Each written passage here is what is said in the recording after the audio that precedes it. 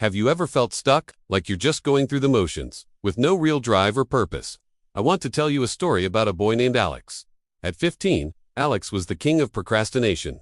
His world revolved around video games, junk food, and avoiding responsibility. His room was a disaster zone. His grades were slipping, and his parents worried lectures just went in one ear and out the other. Later was his favorite word. Tomorrow, his life's motto. He had dreams, sure, but they were fuzzy, distant things he'd get to. Eventually, one sweltering summer afternoon, his grandfather, a retired carpenter with hands as tough as old leather, sat him down. He didn't lecture, he didn't scold. He simply placed a small, uncarved block of wood and a whittling knife on the table between them. "See this wood, Alex," he said, his voice raspy but kind. "Right now, it's just a block. It has potential, but it's just a block.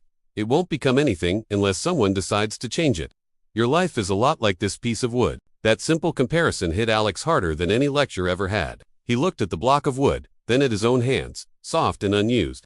For the first time, he saw himself not as a finished product, but as raw potential.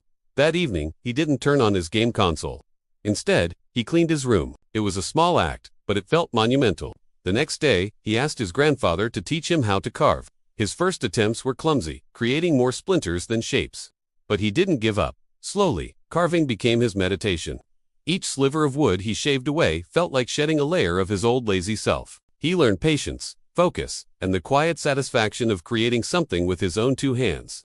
This newfound discipline began to bleed into other areas of his life. He started studying, not because he had to, but because he wanted to understand how things worked. Just like he was learning to understand the grain of the wood, he started helping around the house, finding joy in being useful. His parents were stunned, but overjoyed. By the time he graduated high school, Alex was unrecognizable from the boy who lived for later.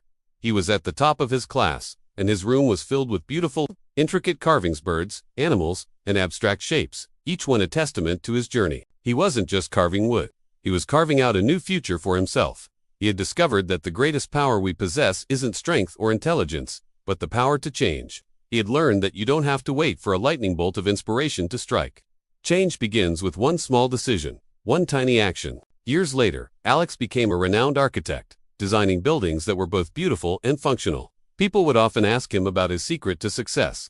He'd just smile and sometimes show them a small, worn wooden bird he kept on his desk, his very first successful carving. "It all started here," he'd say. "I realized my life wasn't something that just happened to me. It was something I had to build, piece by piece, decision by decision." So if you're feeling stuck, like that uncarved block of wood, remember Alex, your potential is limitless. You don't need to make a massive life-altering leap today. Just make one small carve. Clean your desk. Go for a walk.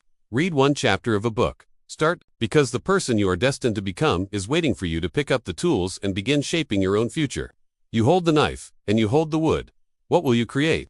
Thanks so much for watching. If this story resonated with you, please give this video a like and subscribe for more content that hopefully inspires and motivates. See you in the next one.